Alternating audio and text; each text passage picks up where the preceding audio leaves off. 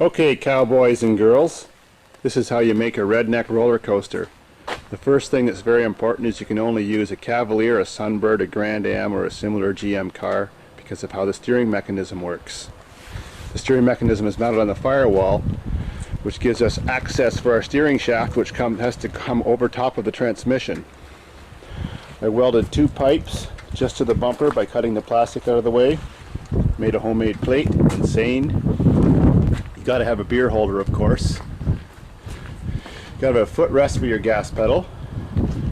There's the gas pedal, there's the footrest. You gotta have a brake pedal. Gotta have some tunes. There's my radio. And speakers.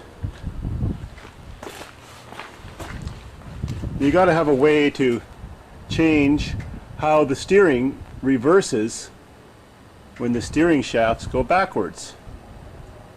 There's two universal joints that just found on common steering shafts in ordinary cars, but these two gears, they come out of a Kenmore or Whirlpool washing machine transmission. They're the reversing gears. This vehicle has power brakes. That big round thing is the power brake booster. The little tubes are the power brake fluid lines for the hydraulic brakes. The seat is a van seat out of a early 80s or 70s Ford van. Steering column came from a mid-80s Omni. The gear shifter came out of this car, the 91 Cavalier. Of course, you got to have an antenna for your radio. Right now the horns and moose skull are not mounted because we did such big endos they broke when we hit the ground, but I can easily replace those. I've got some more of them. Notice the brake cylinder, brake fluid reservoir, headlight switch, ignition, everything works up here. I use the ordinary standard cable that came with the car to make a shifter cable. I had to add a rod to extend it. Down at the bottom I added a dryer roller to make a turning point for the throttle cable. I made a little linkage here to make the moving parts for the gear shifter linkage. Inside the car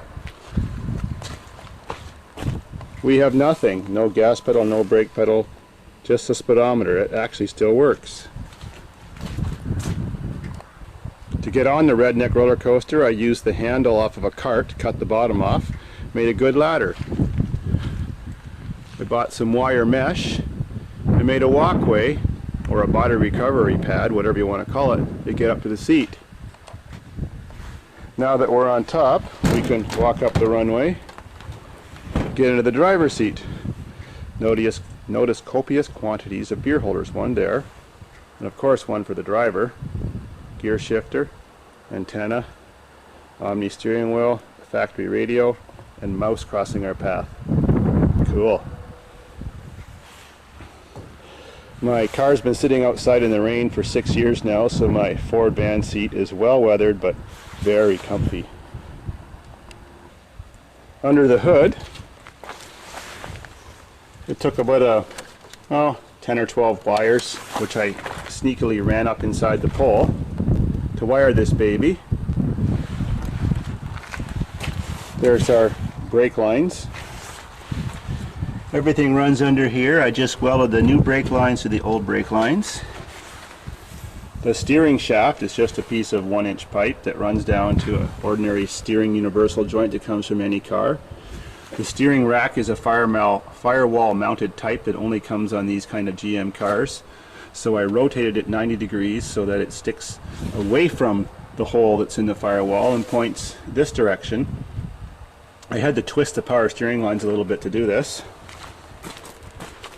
The next thing I did was I took off the struts of this car and I took off the springs, and inside of the big springs that's on this car I put smaller Honda Accord springs, and that gave it the extra front end height to keep the car riding at a level height. So when you put the brakes on, your oil pan and your nose doesn't dig too hard into the ground and cause damage, and the car will ride level. I had to remove the heater box and heater fan assembly, but who cares, no one ever rides in the car. The air conditioning is great up here.